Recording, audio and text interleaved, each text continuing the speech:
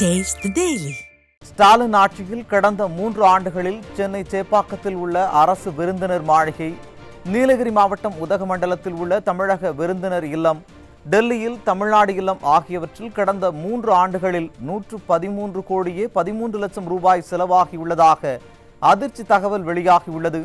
இதுகுறித்த கூடுதல் விவரங்களை தலைமை செய்தியாளர் ஜெயக்குமார் வழங்க கேட்கலாம். வணக்கம் ஜெயக்குமார், கூடுதல் விவரங்களை வழங்கலாம்.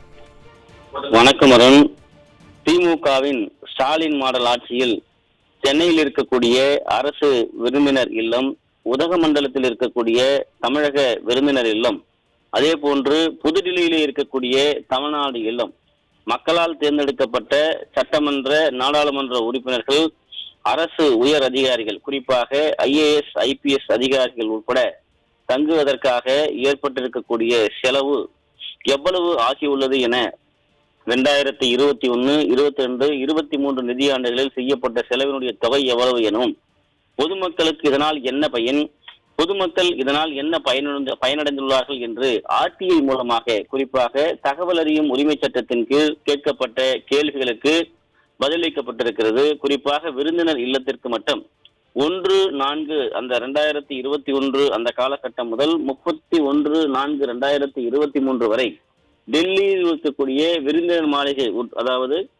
31/10/2021 வரை மொத்த செலவு எவ்வளவு ஆகியிருக்கிறது என்றால் 113 கோடியே 13,48,299 ரூபாய் செலவிடப்பட்டிருக்கிறது.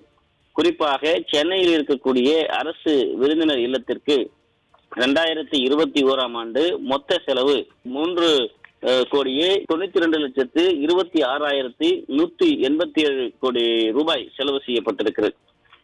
தண்ணீருக்காக மட்டும் 3,32,680 ரூபாய் செலவு செய்யப்பட்டிருக்கிறது.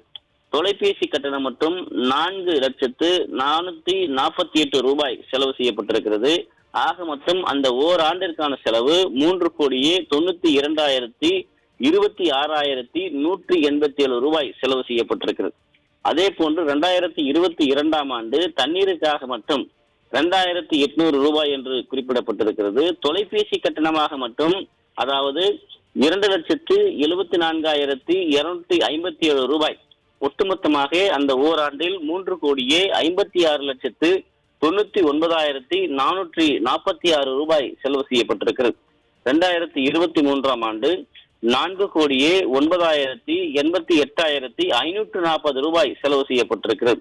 தண்ணீருக்காக 8,68,924 ரூபாயும், அதே போன்று தொலைபேசி கட்டணமாக 2,52,624 ரூபாயும் செலவு செய்யப்பட்டிருப்பதாக குறிப்பிடப்பட்டிருக்கிறது. அதே போன்று ஊட்டியில் இருக்கக்கூடிய தமிழ்நாடு விருந்தினர் இல்லத்திற்கு, அதாவது 2022 ஆண்டு மொத்த செலவு 1,28,67,484 ரூபாய். தொலைபேசி கட்டணம் மட்டும் 1,01,098 ரூபாய் செலவிடப்பட்டிருப்பதாக தெரிவிக்கப்பட்டிருக்கிறது. குறிப்பாக இது மிகப்பெரிய தொகையாகவே பார்க்க முடிகிறது. அதே போன்று 2022 ஆண்டு என்று பார்க்கிற போது 1,54,09,812 ரூபாயும், 2023 ஆண்டு 1,97,50,211 ரூபாயும் செலவிடப்பட்டிருக்கிறது.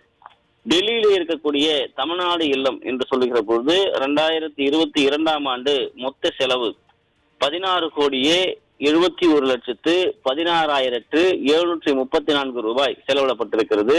தண்ணீருக்கான செலவு என்று பார்க்கிற போது 54,75,011 ரூபாய். விருந்தோம்பல் செலவு 7,12,291 ரூபாய். பொருட்கள் வாங்கிய செலவு 19,88,563 ரூபாய்.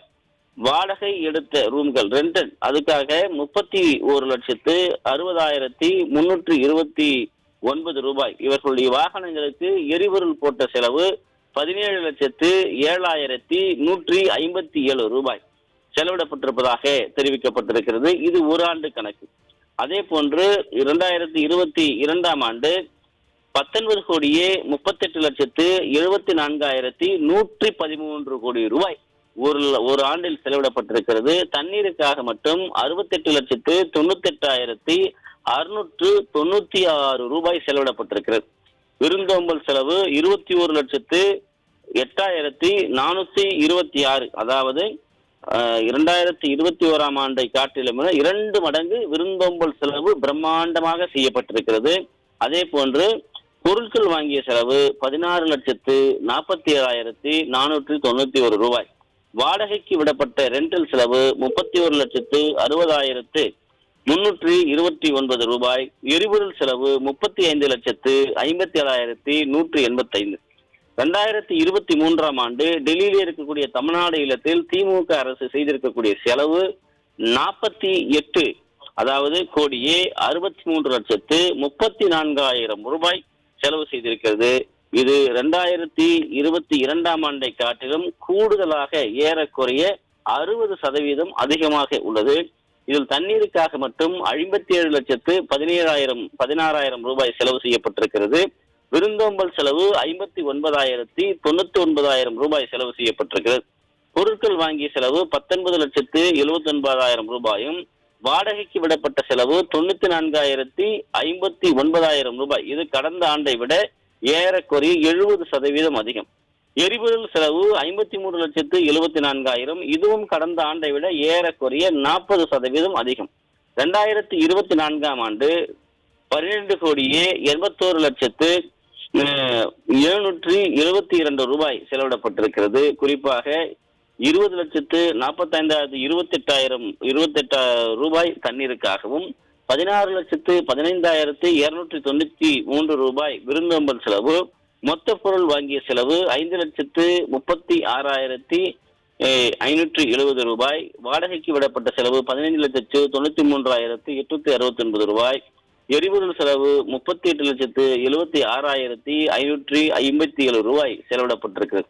ஒட்டுமொத்தமாக இந்த விருந்தினர் இல்லங்களுக்கு மட்டும், அதாவது தமிழகத்திலே 1/4/2021-23 வரையும், அதே போல புதுடில்லியில் அந்த 21 முதல் 24 வரை இந்த செலவு என்பது 113,13,48,299 ரூபாய் செலவிடப்பட்டிருக்கு.